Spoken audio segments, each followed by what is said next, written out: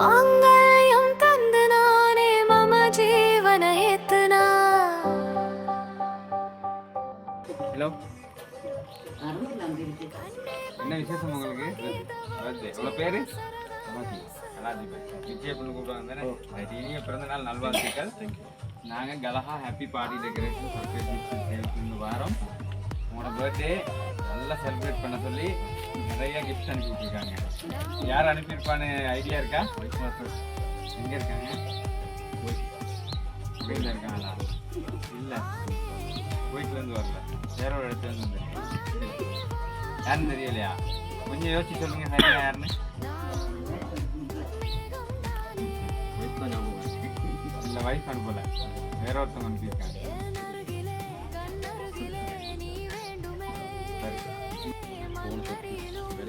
இந்த கிஃப்டை வாங்கி பாருங்க. பிறந்தநாள் நல்லா யாரா இருக்கும்? ஞாபகம் இல்லை, யாருன்னு தெரியலையா?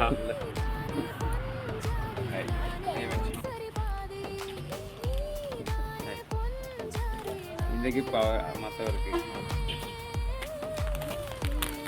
அங்கே வாங்கிக்கிங்க.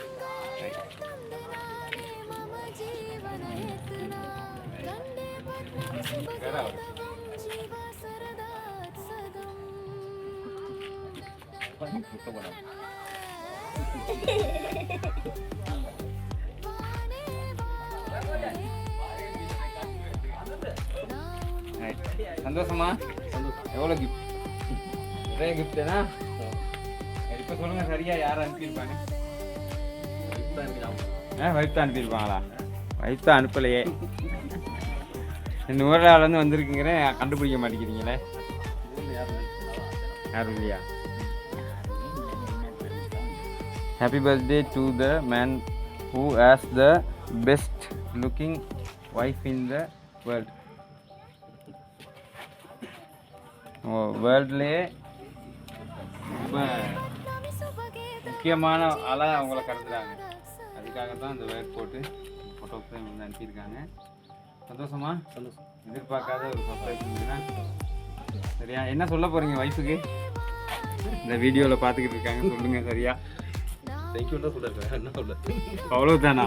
இவ்வளோ செலவு செல்வி தேங்க்யூ மட்டுமா? என்ன இது காட்சிக்கிறேன்.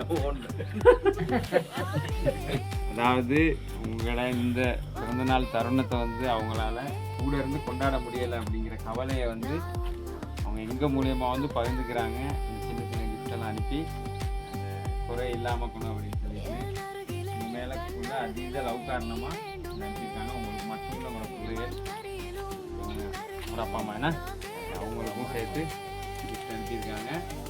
ஒரு நல்ல வைஃப் ஒன்று உங்களுக்கு நல்ல மகள் சொல்லலாம், மகள்னு சொல்லலாம் செஞ்சிருக்கிறாங்க. சரியா? நம்ம மேலே உள்ள முக்கியத்துவத்தை எங்கள் மூலியமாக இந்த அன்பை வந்து சந்தோஷம் தானே?